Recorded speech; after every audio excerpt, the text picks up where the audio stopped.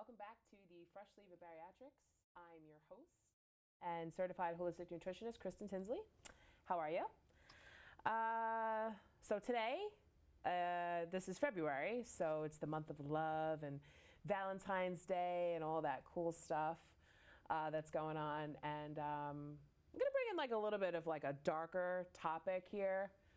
I had been reading a lot of posts on the groups and stuff, and a lot of people talk about the dark side of bariatric surgery. But within that dark side, there's actually a light side. And the topic that we're going to be talking about today is divorce and relationship separation or even breakups after bariatric surgery. Did you know that the percentage of divorces is 75 to 85% higher the first 2 years of bariatric surgery? And that was usually because the relationship was at a toxic level before surgery. And the divorce rates were lower, obviously, if you were in a healthy relationship. I do see a ton of posts where people will say that their significant other doesn't want them to have surgery because they like the way they look. They're comfortable with their obesity. They're comfortable with their partner the way they are.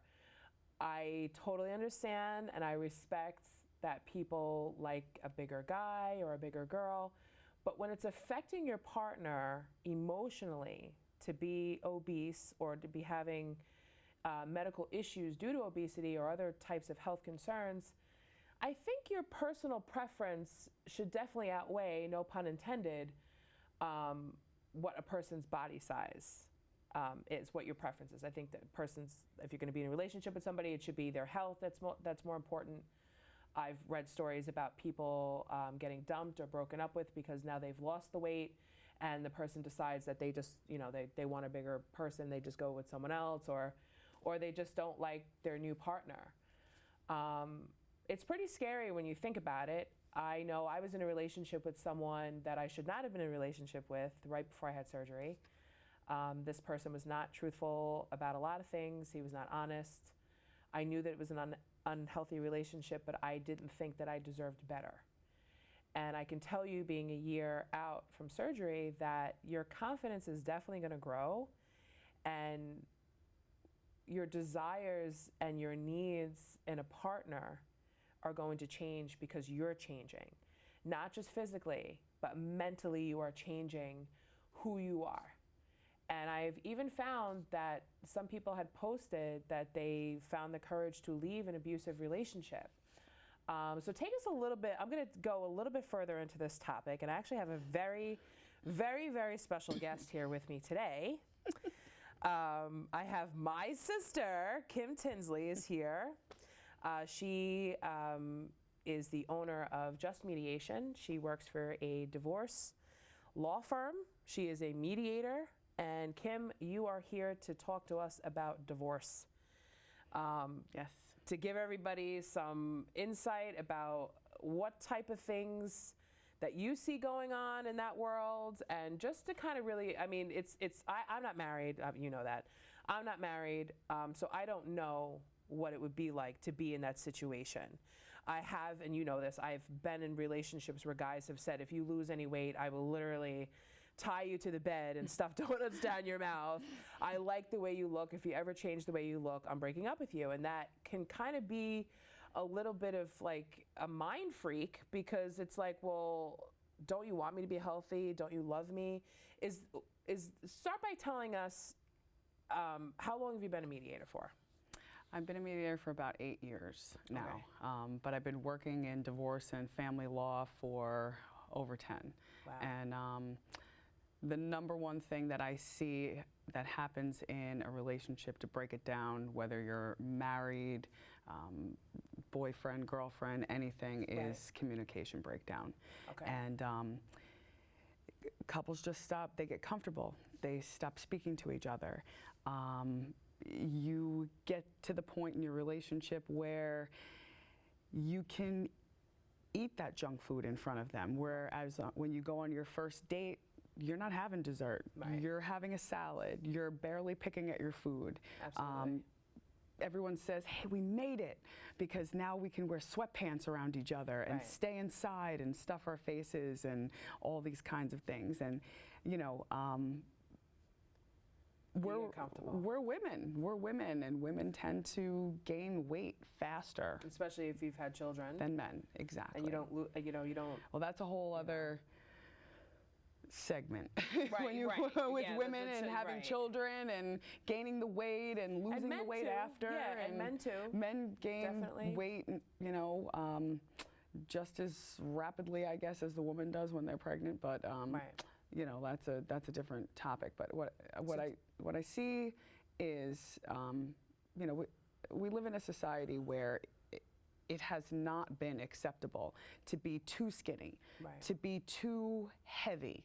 The goal has always been, if you're too skinny, to gain weight. If you are obese, to lose weight. Right. And again, leading back to the communication, you have to communicate that with your partner. Like, I desire to gain weight. I desire to lose weight. Right.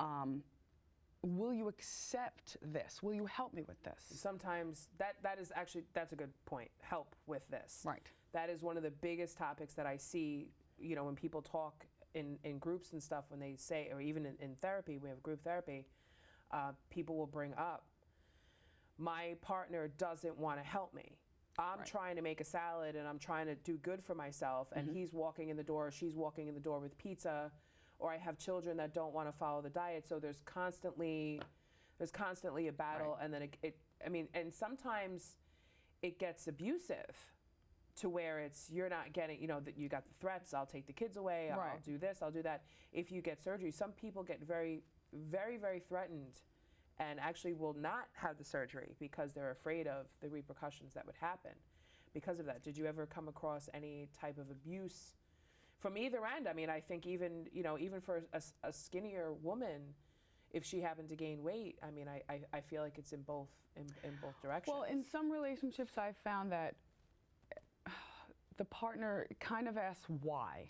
I married you this way. Right. I accepted you this way. I love you this way. Is there something that I did that is now making you want to change yourself so drastically? Right. And they can't get past that it's for health reasons, health concerns. Then you have the people where if you don't do this, you are subjecting yourself to diabetes, to cancer, to all these things which could ultimately lead you to death, where you're leaving me and the kids, whether male or female, now we're talking, without a mother, without a father, without you. So would you please do this? And have you ever seen that where somebody exclusively came in and did you ever mediate something like that where somebody was like, well, I want a divorce or I want to end this relationship because this person will not lose weight, will not? Yes.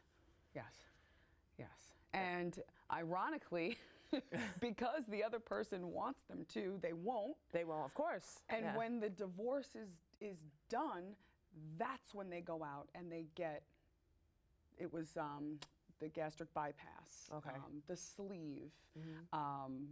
They will get liposuction. Right. They are now empowered to get, you know, the injections or a facelift or join a gym, get a trainer. In the law office, I tell people they come in and they're broken. They are, their whole world, divorce is like death, and their whole world is turned upside down. Financially, emotionally, you're not stable, you feel like a fish out of water, and they look at me and I say to them, in 3 months, you're gonna have a very different look about you. Yeah. You're gonna go out there, you're gonna meet somebody, and they can't see it. You can't see past it. They can't see it at all. They look at me like I'm nuts. Right. And sometimes it takes people 3 months, sometimes it takes people a month, 2 months, whatever, but they always say, Kim, you were right. Yeah. You were right. You know, I lost 10 pounds. Right. I lost 10 pounds. I'm like, why? Because you're not sitting around on the couch. You're out now. You're doing things. You're doing things. And I tell people, even when I have mediated couples with just relationship issues, they're not looking to get divorced. They're just looking to, you know what, we're having a problem here and we want to get married, but this is what's going on, and I can't be around a person. I don't want to leave him or her, but we have to get past this issue. And I'll say, you know, you have to learn how to communicate. Otherwise, don't make that step. Don't make that step. I see a lot of people, like before I had surgery, when I go into the office, there would be people that by themselves, and then there would be spouses with the people also. I feel like that's one of the things that definitely needs to be incorporated in the bariatric program. We have lots of steps. It takes about 6 months to a year to actually, before you get on the operating table. Right. There's a lot of steps you have to go through. You do have to go for a psychological evaluation. And I do believe one of the questions is anybody forcing you to do this? Yes. Because that's an even darker side to bariatric surgery that not a lot of people talk about. Right. But I'm going to talk about it. I'm going to say that I do know that there are some women out there that were bullied and abused into having bariatric surgery so that they would lose the weight. 2 of them are no longer with the person that forced them to do that. They lost the weight, they feel great, and they're out there living their life. Right. And one of them, unfortunately, you know, just is not in a good place. Right. So there has to be a way, if you're in that situation and somebody's forcing you to do that, just keep in mind you are altering your anatomy for the rest of your life, and nobody should force you to do something like that. So if that's the case, then I would definitely seek help for that. When they do ask you that question, I would say yes, and I need help, and somebody will help you. I also think that, you know, part of the surgery, because it affects everybody. When you go for surgery, it does affect everybody, because when you first come out, you know, you come home from surgery, it's expected. You're going to be eating a smaller amount. You're going to be eating certain things. There's certain foods you cannot eat because your body is healing. It's an adjustment for everybody. Right. And I feel like the entire family, unless you're single, the entire family or somebody in your family needs to be there with you so that they understand what you're doing and they understand what's going to be happening. And there's a lot of emotions that come with this. So I feel like the divorce rate would be less if people actually had some sort of couples counseling prior to. Maybe. Because surgery is a very individual thing, but it affects everybody. It affects everybody. And just like, you know, a cancer patient where, you know, they have to have, you know, breast removed and stuff like that. It affects everybody. And you've had that. You've had that where people have had cancer and they're in there and their body has changed and they don't feel comfortable anymore. A divorce. They don't feel you don't feel sexy in front of your partner. Right. You know, there's no way you're wearing a bathing suit. A lot of people, you know, mom bod, dad bod. You know, you can call it whatever you want, but if you're not comfortable within yourself and you don't have the ability to communicate with your friends, your family, your partner, your spouse, or whatever, you're going to fail. Whether you're married or not, you're going to fail. And I did actually have a lady who had this, you know, the sleeve surgery. And one of the things that was her biggest issue is she has children. Right. And her eating small portions was an issue because she was not prepared to, how are you going to make meals for your children now, and how are you going to make meals for your husband? And I said, well, it's very simple. You're going to make a meal for your children how you normally would. These are your children. They have a normal sized stomach. They don't eat that much anyway. Well, you know, the stomach of a child is the same size as someone who would have the sleeve.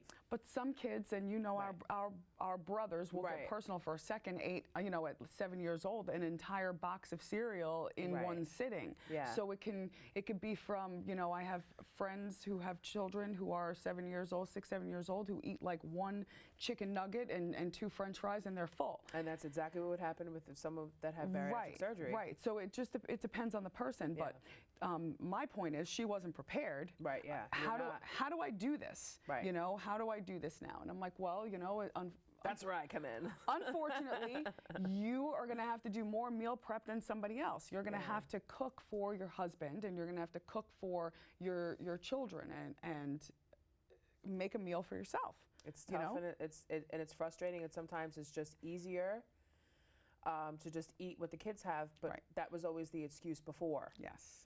Before weight loss surgery, I heard people say, well, I eat dinner with me and my husband, we eat dinner, And then my kids have their food, and it's usually macaroni and cheese and, chicken nuggets. And then they're popping the chicken nuggets in their mouth, and they're going and they're eating their kids' food because I they don't know want to how waste my it. married friends do it. I don't know how It's a struggle. my single moms do it. I couldn't do it. Yeah, it's a struggle. I will tell you right now, firsthand, I keep nothing in my house. Absolutely nothing. You will not find a cookie. You won't find anything because I'll eat it. You'll eat it. I'll eat it. If it's there, I'll eat it. So I don't keep We'll cut from the same cloth. Yeah, we have the same father, I know. It's crazy. It is. We can't have that. And then way. first to be around that. But the beauty of surgery is you're different because once you have the surgery and they take out your stomach and you're used to not having the cravings, you don't desire that food. Right. So when you eat it, it doesn't taste the same. Right. So there's other foods out there that you can have. And once they realize that they're not eating the food that they used to for enjoyment anymore, they're eating it because it's a habit. So when you break the habit of, I'm just going to pop cookies in my mouth, then we're good. Right. All right. So what are some, let's get into some fun questions. So we've realized that, everybody, we have the darker side, is getting bariatric surgery going to lead you to divorce? Absolutely not. You don't have anything to be afraid of. You don't have anything to, actually the first time I told somebody I was going for surgery, I told a guy at work, and he said, oh yeah, my wife had that surgery and she left me. And I said, oh, and I got scared. I was like, oh, she died? Because the way he said it, and he was like, no, she didn't die. She left me. Like we got a divorce. And I said, oh. And that was my first, I'd never heard that. That was my first encounter with that. But so what is the number one reason that you see that people get divorced? From bariatric surgery? Just in general. In general? In general. Communication, money. Money. Change in your appearance. I know. There was one couple where the wife cut her hair short. Yeah. And he wouldn't talk to her. I liked your hair. You should have consulted me first. Wow. It's almost like marriage is almost like an I own your body, and you have to. Well, you remember when Mom used to with our stepfather, whenever she would always have to. He would shave his mustache, and she would get upset. Yeah. So I guess you get attracted to certain parts of certain things, certain things or whatever. For me, I hate facial hair of any kind. So you're not growing a beard. If you're growing a beard, we're gonna have an issue. Right. But I'm gonna communicate that to you early on, because if you have any desire to grow a beard, it's not happening. And it's kind of like, okay, well, if I walk in the house and I see a beard on you, I know you're mad at me, because it must be. So I guess maybe changing. I guess that could bring us back to the question, changing your appearance makes it, because that's usually, a lot of people think, when you start changing your appearance, you're going to the gym, you're working out, right. You're who are you doing it for? Me, who are you doing it for? Right. And it's like, listen, I'm not doing it for anyone but me. Right. And sometimes that's not an acceptable answer. Well, again, personal. I dated someone who was heavier than I was, right. And he ate very bad. Bacon, egg, and cheese on bagels, 2 of them every morning, and red meat galore, and just fried and cheese and just fat and fast food, and I don't eat that way. Yeah. No, and I wasn't always, my weight has fluctuated throughout the years. I've been really, really skinny, and I've been heavy, and I've been muscular, and I've been all those things. But I could never eat that way, or I'd be really sick and really fat, real fat. Well, because my body just likes you know how it is. Yeah, you know how it is. Yeah. So I have to watch, and I couldn't eat that way. So I would make a meal for him, and I would make a meal for me, and he got so angry all the time with me doing that, and I had communicated it prior to, but anyway, so the number one thing is you have to make sure that you have someone who is with you, who's on board with what you're doing. Right. So, if you date someone who has a healthy lifestyle and like-minded thinking, and goes to the gym and works out, they don't have to, but they have to just respect the fact that you do. Right, you do. Right. If I'm going to sit there and I'm going to have my cabbage meal with my protein or something, please don't sit down next to me and eat pizza and stuff like that. I'm not going to be able to handle it. It's hard. you know. And I feel like I've also heard like a lot of people would say that, you know, it's kind of like they feel like it's intentional and they feel like they're being attacked because it's like, and I always give the advice, well, you have two choices. You make good, positive choices for yourself every day, and that has to be reflective of the things that you put in your mouth and also the people that sit next to you, that are at your table. Right. Because if everyone at your table is eating the same way, and although we may love these people and although they may be our family and this and that, either you have to really center yourself and say, I've moved on from those foods, because remember the language, I've moved on from those foods. I no longer eat foods like that anymore, and I'm gonna persevere, and I'm gonna do my own thing. And if you choose to be like that, then you choose to be like that. The choice is up to you. It's always been up to you. And the self-confidence that you're going to get from having weight loss surgery, from losing the weight and exercising and doing you for the first time in your life. And we can continue this conversation over on my Facebook group, the Sleevey-GBs. You can email me if you want to get personal, freshsleeve18@gmail.com. You can find me on Facebook, Kristen Tinsley, or at Fresh Sleeve on Instagram, or at Chris Nicole Tins. Whatever you want, you can hit me up and you can ask me all kinds of questions. And actually, that's how you can get in touch with Kim if you are thinking about going through a divorce and you want to talk to a mediator about that. You can reach her. Don't give your phone number. It's Just Mediation, Just INC Mediation. on Facebook, and you can reach me there, and it has my phone number and all my information, Just and stuff like that. Just on Mediation. there. Yeah, that's definitely a good way, because there's a lot of, and then there was one question that someone had asked me when I put it out there to the group. What if you want a divorce? This is just a fun, wonky question. What if you want a divorce and they don't want to sign this? I'm not signing the papers. What would you advise someone to say? I want a divorce. They don't want to sign the papers. What would you say? I would say just to wait out the time and file them anyway. Right, file them anyway. So there's really nothing that anyone can do to stop you. It is always good to consult with a mediator, someone who's going to mediate, because you have to be fair. You can't take one side over the other. I have to be impartial. So Impartial, I sit them down, and what I find works best is they have not spoken to each other. They have not communicated. Right. Before we can get anywhere, they have to sit down and they have to air it out. They have screaming matches. So I hear some pretty foul things in the office. I hear some pretty foul things in mediation. I've seen some stuff. It's like Facebook I could have a reality show. I'll produce it. So I let them scream it out. And they're like, "Oh my God, we're so sorry." And I said, "No, now we can get started. Right, now we can get started. Now we can do it, because now you both feel better." So you're eating popcorn, watching this. Oh.